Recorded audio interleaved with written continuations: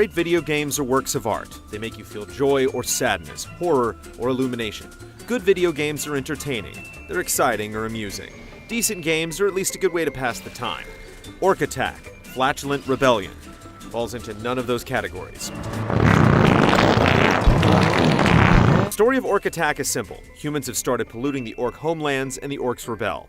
This pollution has also caused the orcs to suffer from horrible flatulence because farting is funny, right?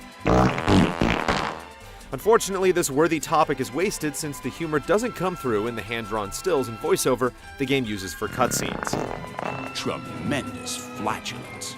Each of the 4 characters, Sir Sniff, Doc Turd, Friar Crap, and, no joking, Lord Poop, can summon either burbs or trouser trumpets that kill anyone in the area of effect. Any connoisseur of fart jokes is going to enjoy these deadly air biscuits, at least for the first 100 uses, but they quickly turn into just another combat mechanic, and it's one that's not really fun or even very impressive. Master Muck taught our heroes how to control their sphincters. If you find Australian bugles disgusting in a bad way, you can switch from flatulence to the cleaner and more generic magic. Either way, once you've moved beyond the game's gaseous theme, it's really just a basic brawler.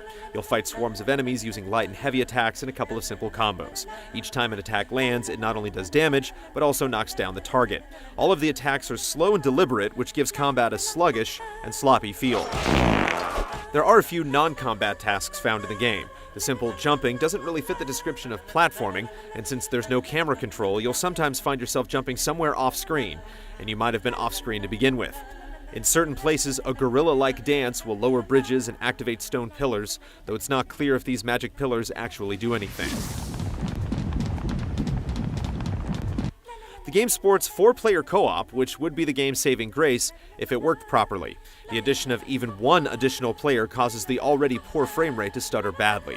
It's hard to see your character with all the enemies and players flailing around the screen, but it doesn't even really matter since the attacks are so basic and the combat's so careless, you don't need to see what's going on. Online co-op has its own set of problems, including long wait times to join a group and the same frame rate issues as offline co-op.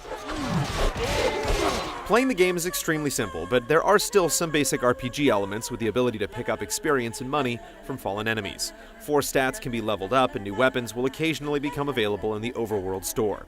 All of it works, but it's so bare bones, if it were any simpler, it wouldn't exist.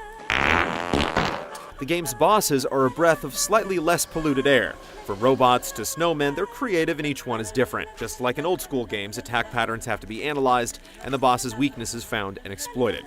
These grander fights are somewhat interesting, but it doesn't feel like they've got the fine-tuning that makes a good boss fight truly enjoyable.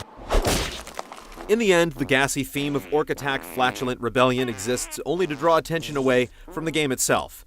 A game that just isn't worth your time.